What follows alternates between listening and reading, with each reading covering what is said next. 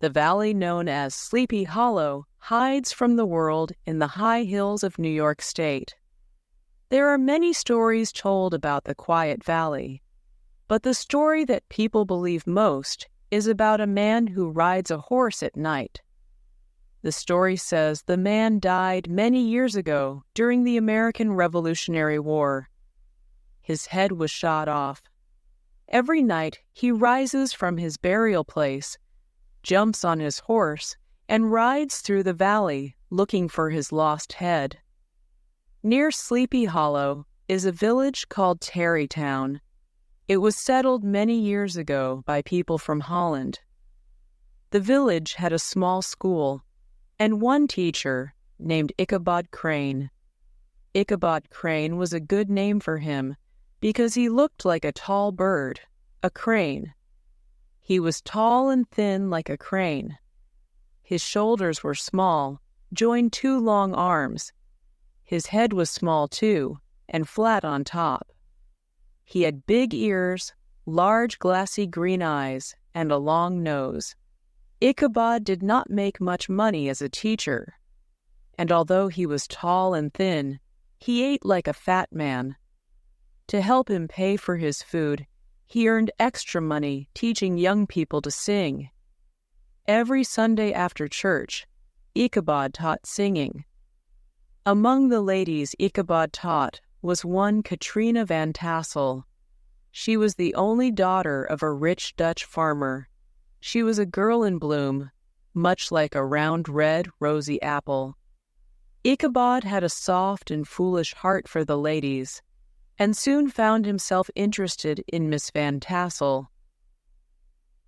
Ichabod's eyes opened wide when he saw the riches of Katrina's farm, the miles of apple trees and wheat fields, and hundreds of fat farm animals. He saw himself as master of the Van Tassel farm with Katrina as his wife. But there were many problems blocking the road to Katrina's heart. One was a strong young man named Brom Van Brunt. Brom was a hero to all the young ladies. His shoulders were big, his back was wide, and his hair was short and curly. He always won the horse races in Tarry Town and earned many prizes. Brom was never seen without a horse. Sometimes late at night, Brom and his friends would rush through town shouting loudly from the backs of their horses. Tired old ladies would awaken from their sleep and say, "Why, there goes Brom Van Brunt, leading his wild group again." Such was the enemy Ichabod had to defeat for Katrina's heart. Stronger and wiser men would not have tried. But Ichabod had a plan. He could not fight his enemy in the open, so he did it silently and secretly. He made many visits to Katrina's farm and made her think he was helping her to sing better. Time passed, and the town people thought Ichabod was winning. Brom's horse was never seen at Katrina's house on Sunday nights anymore.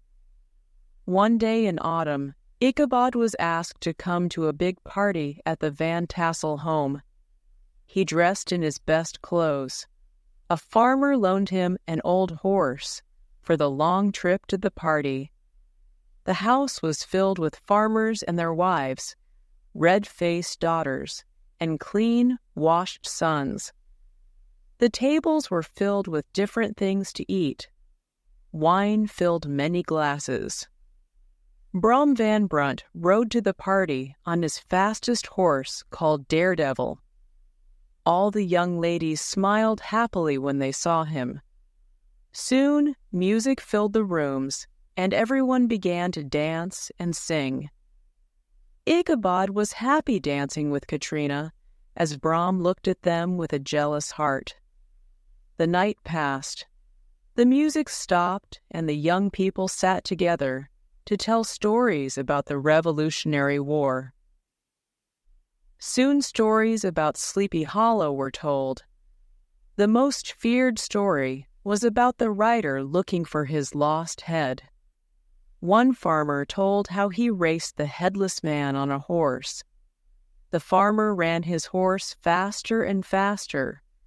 The horseman followed over bush and stone until they came to the end of the valley. There the headless horseman suddenly stopped. Gone were his clothes and his skin. All that was left was a man with white bones shining in the moonlight. The stories ended, and time came to leave the party. Ichabod seemed very happy until he said good-night to Katrina. Was she ending their romance? He left feeling very sad. Had Katrina been seeing Ichabod just to make Brom Van Brunt jealous so he would marry her? Well, Ichabod began his long ride home on the hills that surround Tarry Town.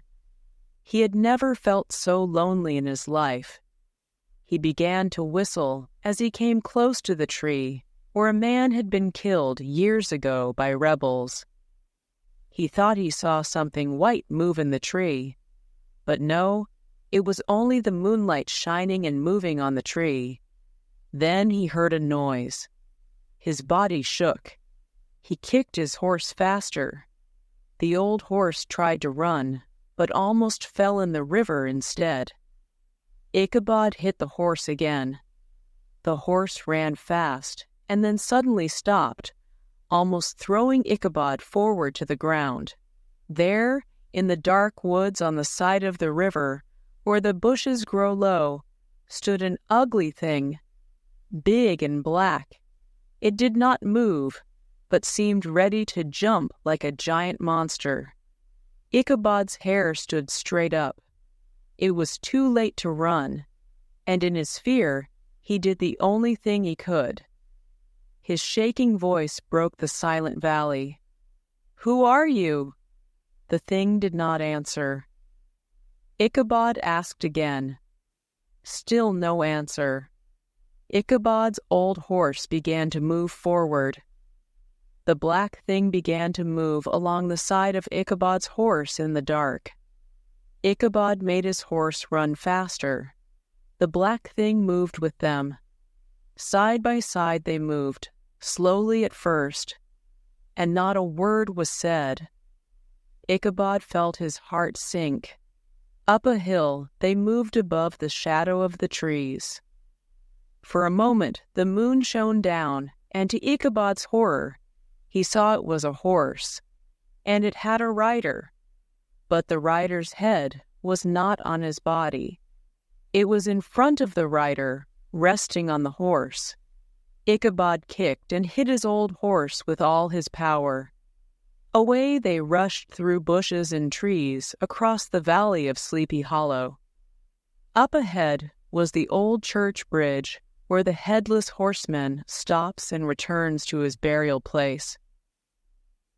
If only I can get there first, I am safe, thought Ichabod. He kicked his horse again. The horse jumped onto the bridge and raced over it like the sound of thunder. Ichabod looked back to see if the headless man had stopped. He saw the man pick up his head and throw it with a powerful force. The head hit Ichabod in the face and knocked him off his horse to the dirt below. They found Ichabod's horse the next day, peacefully eating grass. They could not find Ichabod. They walked all across the valley. They saw the footmarks of Ichabod's horse as it had raced through the valley. They even found Ichabod's old hat in the dust near the bridge. But they did not find Ichabod. The only other thing they found was lying near Ichabod's hat. It was the broken pieces of a round orange pumpkin. The town people talked about Ichabod for many weeks. They remembered the frightening stories of the valley. And finally, they came to believe that the headless horseman had carried Ichabod away. Much later, an old farmer returned from a visit to New York City. He said he was sure he saw Ichabod there. He thought Ichabod silently left Sleepy Hollow because he had lost Katrina. As for Katrina, her mother and father gave her a big wedding when she married Brom van Brunt.